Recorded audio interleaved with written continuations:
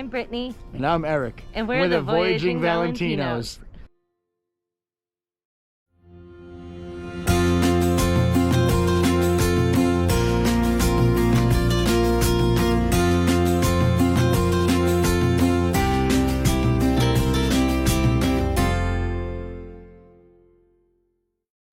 So we are parked here at the caves and we are gonna go check it out. It's right up there. You're pointing, helping me point? I don't know. Yeah, Okay. Somewhere in there. Yeah, not in the tree. No. But we are parked right by the entrance of the campground.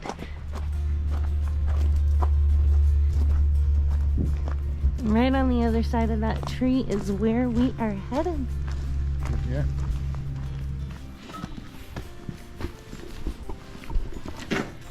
Where y'all from? Colorado. All right, beautiful state. It is. And Washington. Nice. Washington's beautiful. My sister used to live in Vancouver, so Nice. pretty part of the country as well. Now where we're stop. Yeah. Go for the letter opening. Oh. Here, scientifically, it's Gold Missouri limestone, but this rock itself is found in about a 50-mile radius of Hannibal, and that's the only place you're going to find it in the entire world. So we're a very, very unique limestone cave. Wow. This has been sandblasted, so you can see the original color of the cave. What you're going to see on the tour route and all 263 passageways, which you're not going to go on all of those, handwriting, soot discolorations, and kerosene and candles throughout the years. Names, 250,000 of them, give or take a few. Two of the more famous ones we have in here, Mark Twain, Samuel Clemens. I hope y'all are a little bit familiar with him. Another one we have is Jesse James. That one's dated September 22nd, 1879. We can no longer go back there on tours. The tours have gotten too big. We get a lot of history buffs coming through here. A lot of people would like to touch that name, and it's written in pencil. We don't want to lose it. So we have a good picture of it you can look at when we come out. So let me call in. Jesse James has been in the cave. Merrimack Caverns in southern Missouri is another cave that shares history with him. If you're not familiar, they were born in southern Missouri. We do call this Jesse James Hideout. I don't know if it's for a good reason or not. I would assume when he was here, he probably was in this chamber. If you go in there, the ceiling's very black. You can't see it from here, but it is very blackened from campfire. So if he wasn't in here, people have spent quite a bit of time in here. We do get a lot of kids coming through here, so they decorated it up just a little bit. But I'm gonna guess he probably was in everybody, since we're a small group. This is Sam Clemens' signature. That S is carved in. I don't know why the pencil faded out so much on the S, but that is Clemens. There's about 4 or 5 groups in the country that specialize in nothing but the authenticity or authentication of Samuel Clemens' Mark Twain's documents. Each and every one of them has examined this signature, so we know it's real. But anyway, if you look right in the middle of this frame, that's Sam Clemens' signature.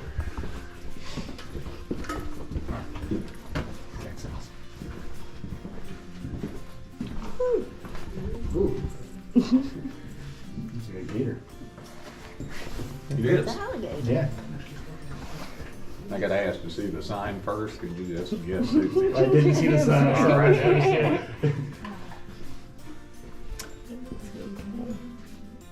There's a pretty good likeness of Mark Twain right there. Yeah. Drawn in 1923 by a cartoonist from St. Louis, Missouri by the name of E.R. Berkman. I was pointing out a pretty good likeness of Mark Twain right up there. Not quite 100 years old yet. One more year.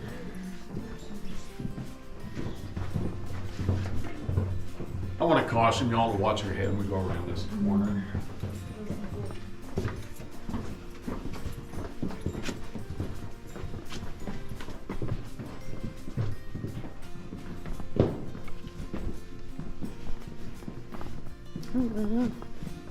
I'll just have y'all come up and stand right there.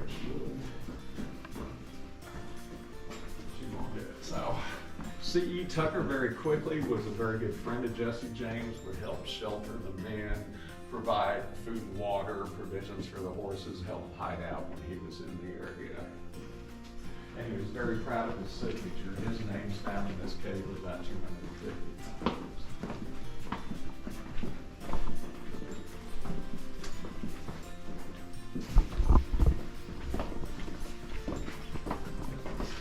Not too terribly hard to get in and out. I usually let the kids do it now, but most commercial caves that I've been in will have something similar to this. It'll be a pool or a place like this. What they normally do, they collect the money and they'll use it for the upkeep of their facility. What we do, Hannibal being fairly well known for Mark Twain and his writings, we have a national Tom Sawyer Festival every year. We hold it during the 4th of July holiday. And there's a group of judges in Hannibal that elect 5 7th grade boys and girls to be Tom and Becky for a year. It's a very big deal for the kids. They do get to travel all over the U.S. The past couple of years, not so much because of COVID, but it's a pretty big deal for them. And what we do with our money, when we collect it, we do put it in a savings account. At the end of the year, we give each boy and girl $1,000. We ask them to use it for college, but it is theirs to do with whatever they want to. Jewish. There you go. I've never seen anything larger than.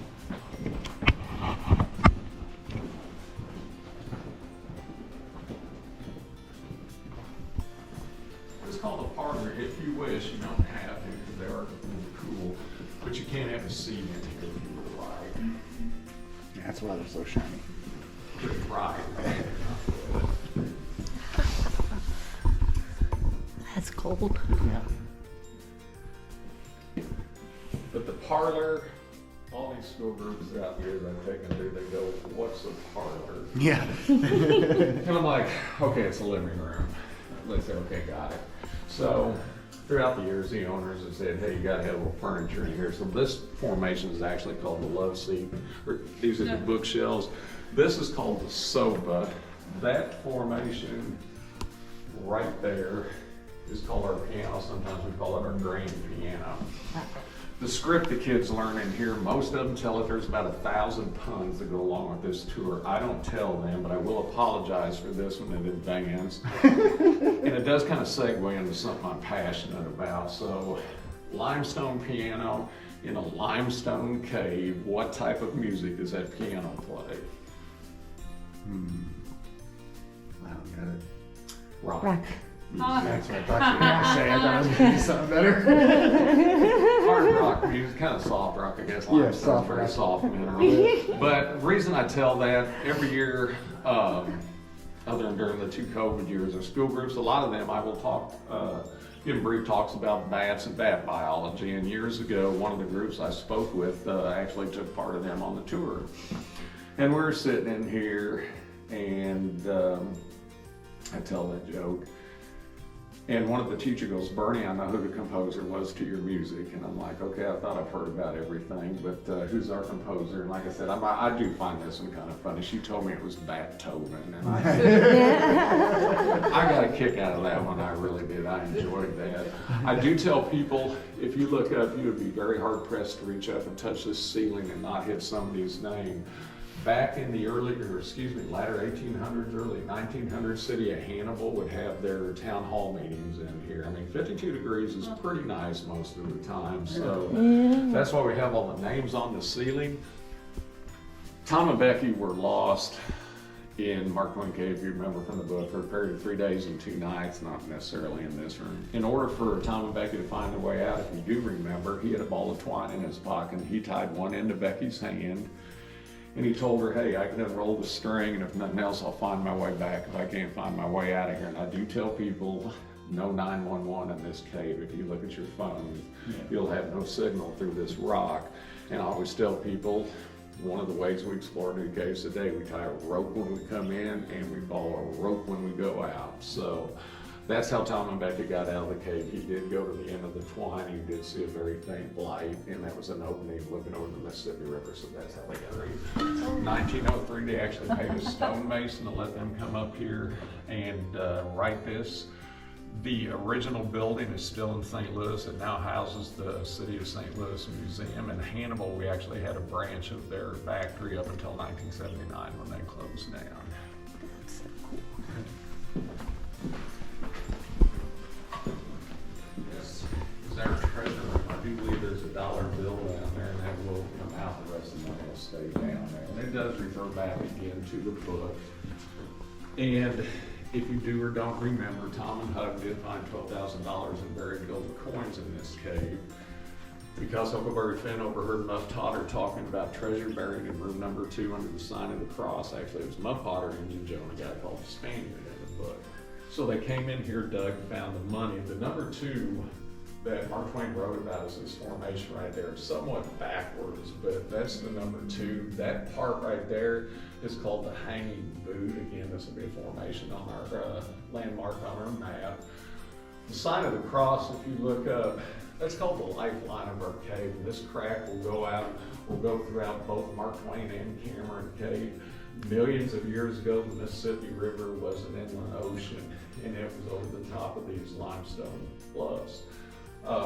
Earthquake happened, ceiling cracked, allowed water to start coming in. Limestone's very easily dissolved. That's how Mark Twain Cave was formed. And we're also known as a maze or labyrinth style cave. You've probably figured that out looking at our multiple passageways through here. The slides out. Can't imagine someone would intentionally drive down the street with their slide.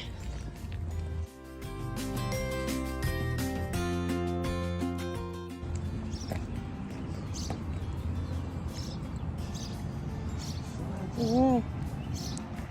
Your slides out!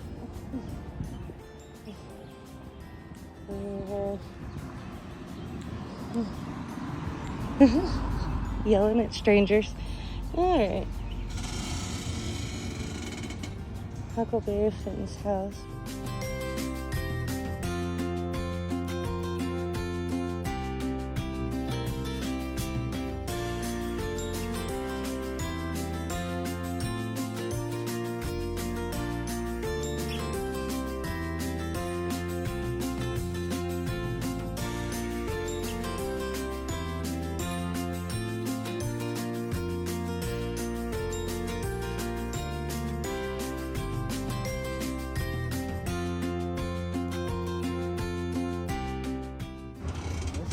I don't know what this guy's doing.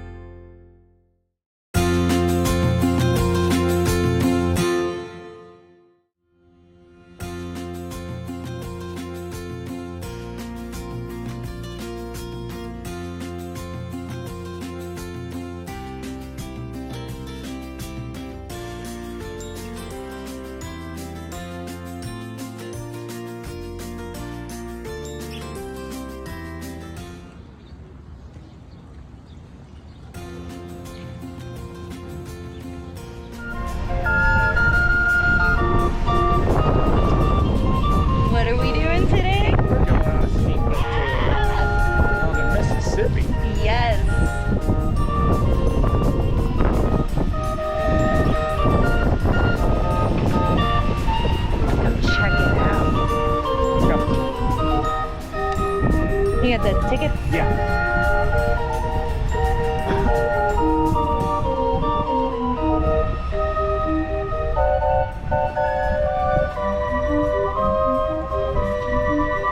Look, it's Sir Randall and Sir Robert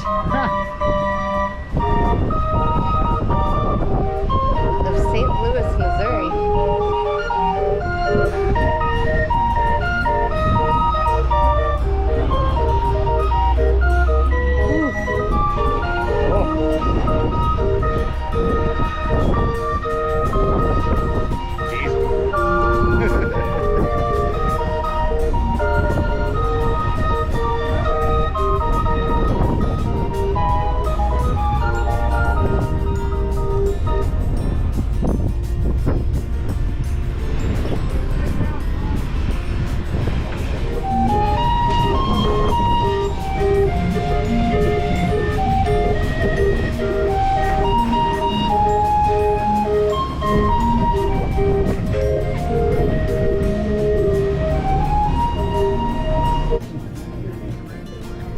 We're going on.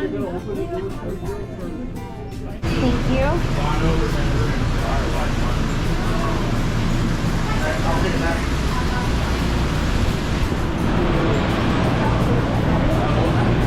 He's already got the other part.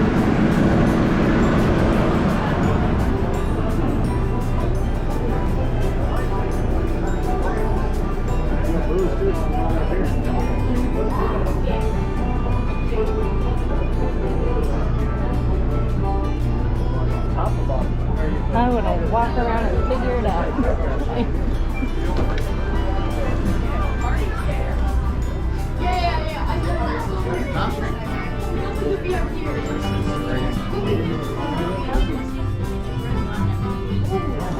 I wish you could see the wheel. Yeah.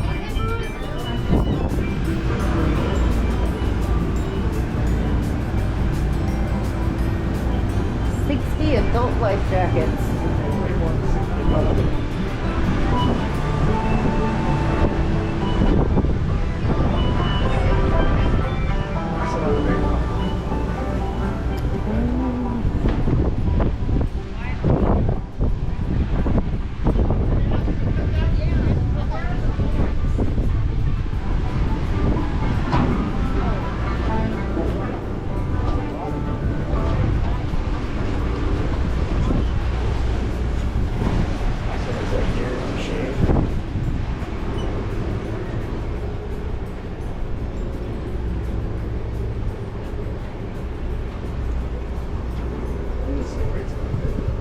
I think so too. Let's keep walking. We'll come back. You gotta find Peter. Everybody wants to sit up top.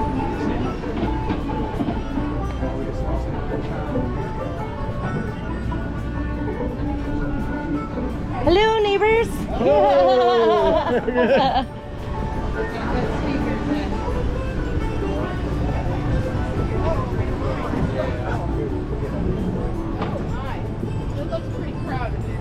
Oh, we're all headed that way. Yeah, let's look for you.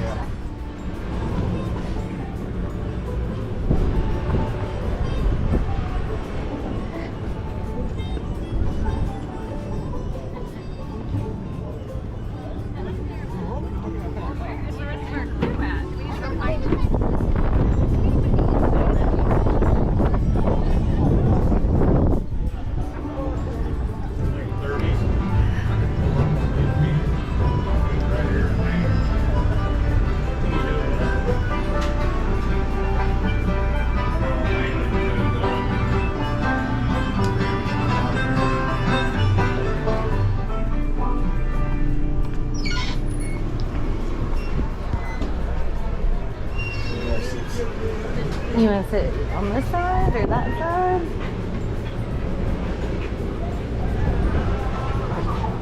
Some more kids coming. That side?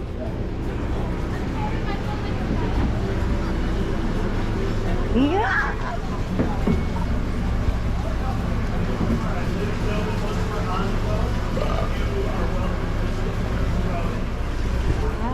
Cheers. Cheers. Not a Bud Light.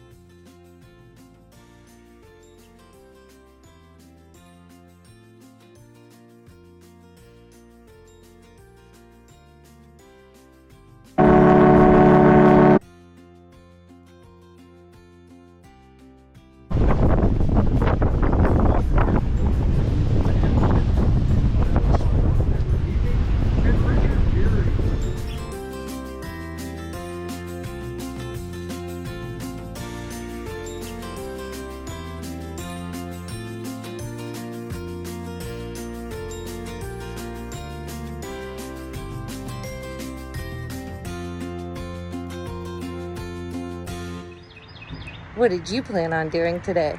Not getting a screw in my tire and then having to get it fixed at LeBlanc's Tire Shop in Hannibal, Missouri. Yay!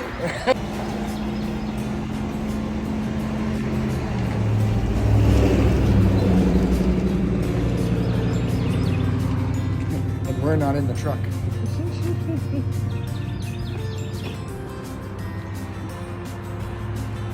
Thank you, LeBlancs. Yes.